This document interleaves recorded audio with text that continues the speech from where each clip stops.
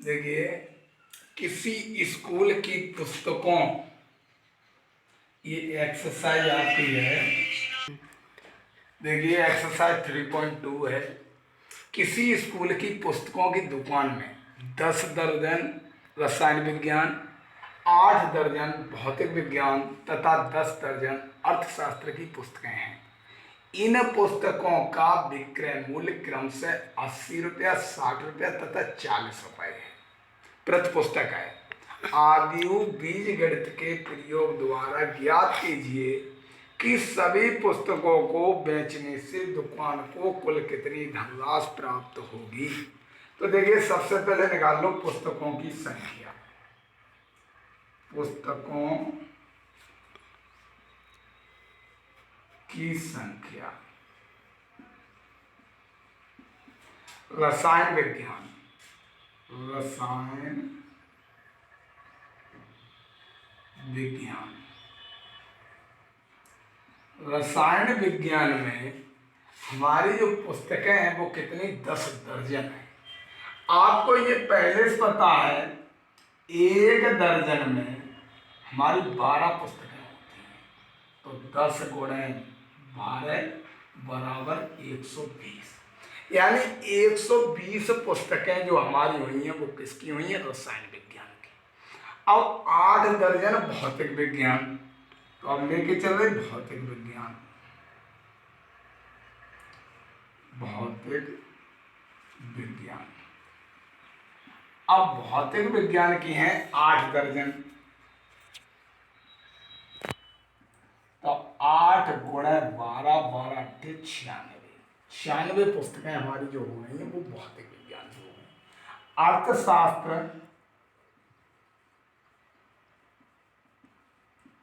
अर्थशास्त्र की पुस्तकें हैं 10 दर्जन। 10 गुणे 12 बराबर 120 पुस्तकें हमारी हो गई अर्थशास्त्र की। अब देखिए, यानी पुस्तकों की कुल संख्या आपकी ये आ गई है। अब आपको क्या करना है, इसे आव्यू ए बराबर लिख लो। आव्यू ए बराबर 120, 96, 120। अब प्रत्येक पुस्तक का मूल्य, प्रत्येक पुस्तक का मूल्य क्रमशः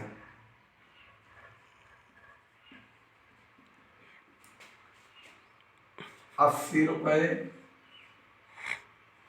60 तथा 40 रुपये।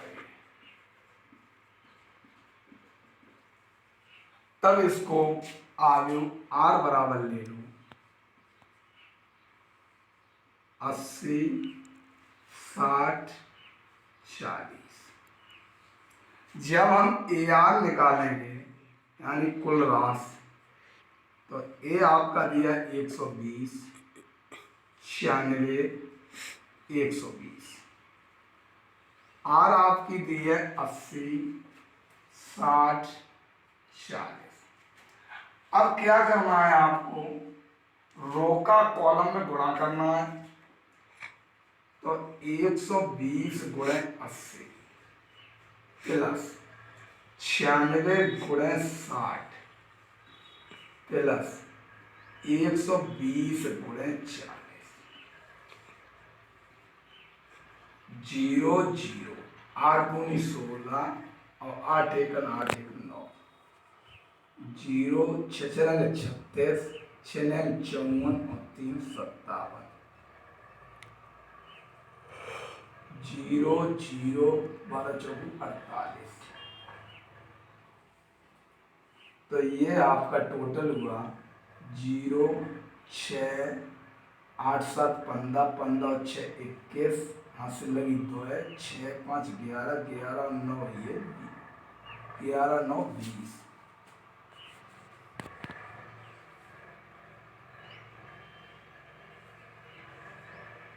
कुल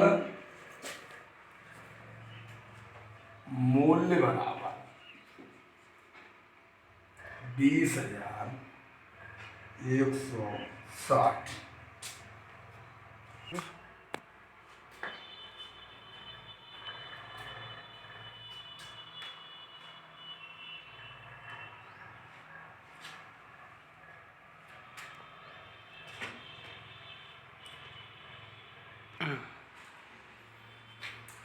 देखिए, मान लीजिए कि एक्स वाई जेड डब्ल्यू तथा पी क्रमशः 2 × n, 3 × k, 2 × p, n × 3 तथा p × k। p × k कोटियों के आव्यूह हैं। नीचे दिए प्रश्न संख्या 21 तथा 22 में सही उत्तर चुनिए।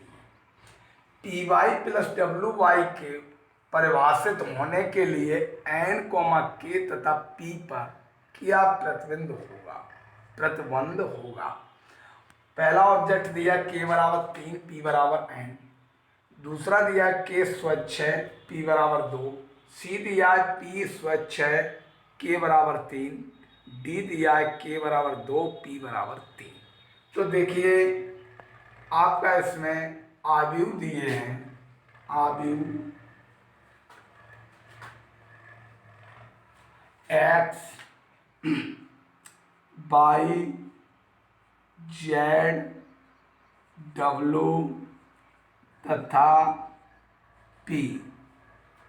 ये तो आपके क्या दिए हुए हैं, आव्यूह दिए हैं। अब आपकी कोटियां जो दी हुई हैं,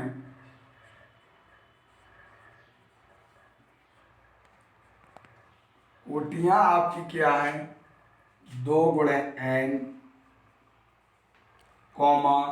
3 × k, 2 × p, n × 3 तथा p × k। ये आपके आव्यूह दिए हुए, ये आपकी कोटियां दी हैं।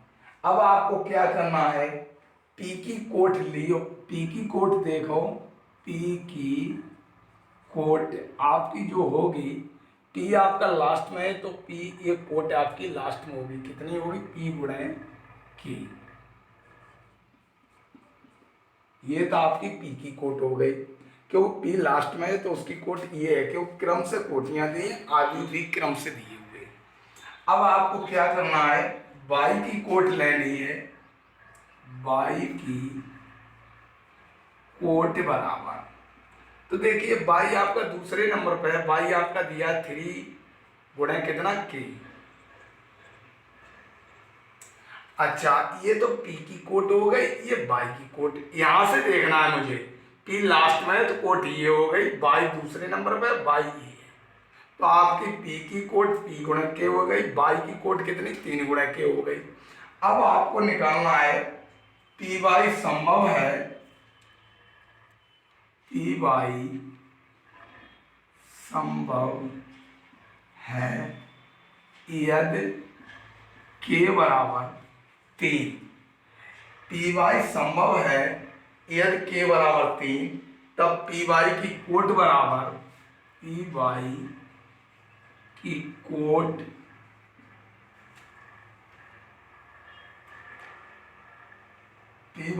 कोट बराबर p × k बराबर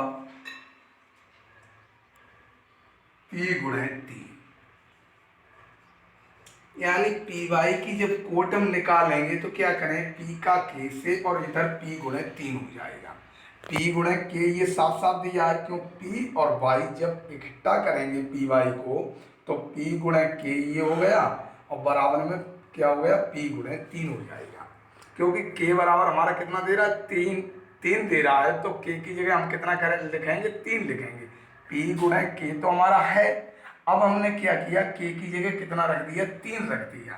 तो आपका ये बनेगा w व y की कोटियां, w व y की कोटियां क्रमशः n गुणे 3 और 3 गुणे k बराबर 3 गुणे 3 बन जाएगा, क्योंकि k का मान हम मान चुके हैं कितना 3, तो k की जगह मैंने कितना रख दिया 3 रख दिया, 3/3 बन जाएगा ये। तो ये बनेगा आपका पी वाई की कोट, पी वाई की कोट बराबर, पी वाई की कोट बराबर n गुणे 3। पी वाई की कोट जो होगी वो कितनी होगी n गुणे 3, पी वाई व डब्ल्यू वाई, पी वाई व डब्ल्यू वाई का योग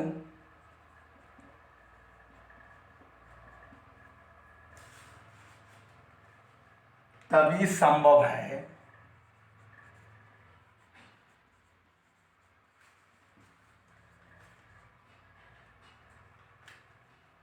जब यह दोनों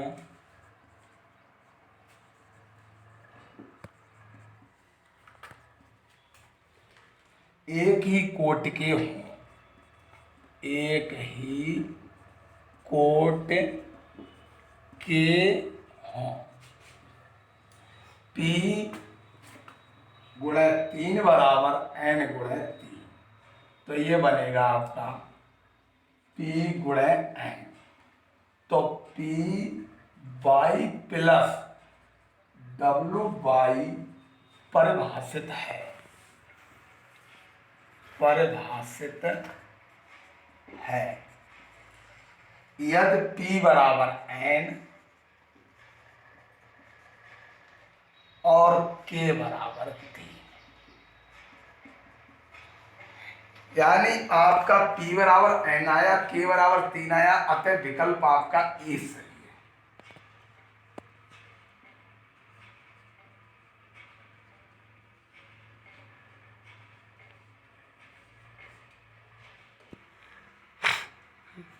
देखिए आपका आवेग जो है वो x, y, z, w तथा p है, और आपकी जो कोटियां हैं वो आपकी 2/n यानी 3/k, 2/p, n/3 तथा p/k। तो आपकी ये तो कोटियां रहीं। अब p की कोट होगी p/k होगी, क्यों p लास्ट में है तो उसकी कोट आपकी p/k होगी। अब y की कोट लेंगे तो ये दूसरे नंबर पे है तो 3/k होगी। py तभी संभव होगा यदि k बराबर हमारा 3 है तो py की कोट p/k बराबर p/3, तो w व y की कोटियां क्रमशः n गुणे 3 और 3 गुणे k। अब k बराबर हम कितना ले चुके, py संभव कब है यदि k बराबर 3 है, तो k का मान हमने 3 रख दिया, तो 3/3 की हो गई, तो py की कोट n/3 होगी। तो यानी py वwy का योग तभी संभव है जब यह दोनों एक ही कोट के हों।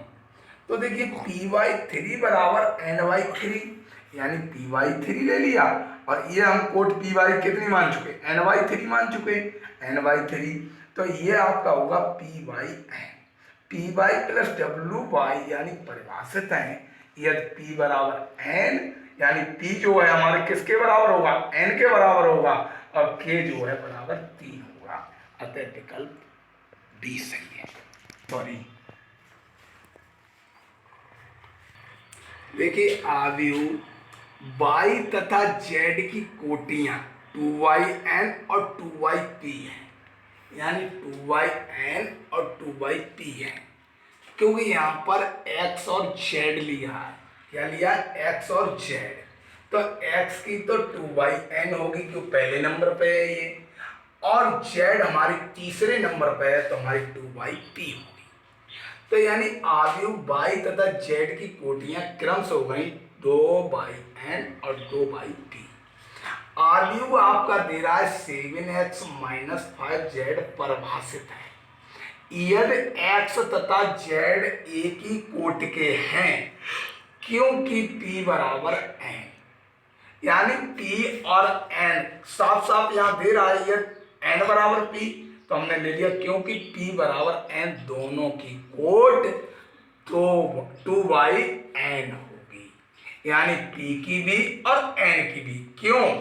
क्योंकि पी बाई और जेड की कोटियां जो हैं आपकी 2/n और 2/p हैं, और आदि 7x - 5z परिभाषित है, तो x और z एक ही कोट के हैं, तो ये साफ साफ दे रहा n बराबर p, यानी दोनों की जो कोट होंगी वो आपकी क्या होंगी 2/n। अतः विकल्प बी सही है।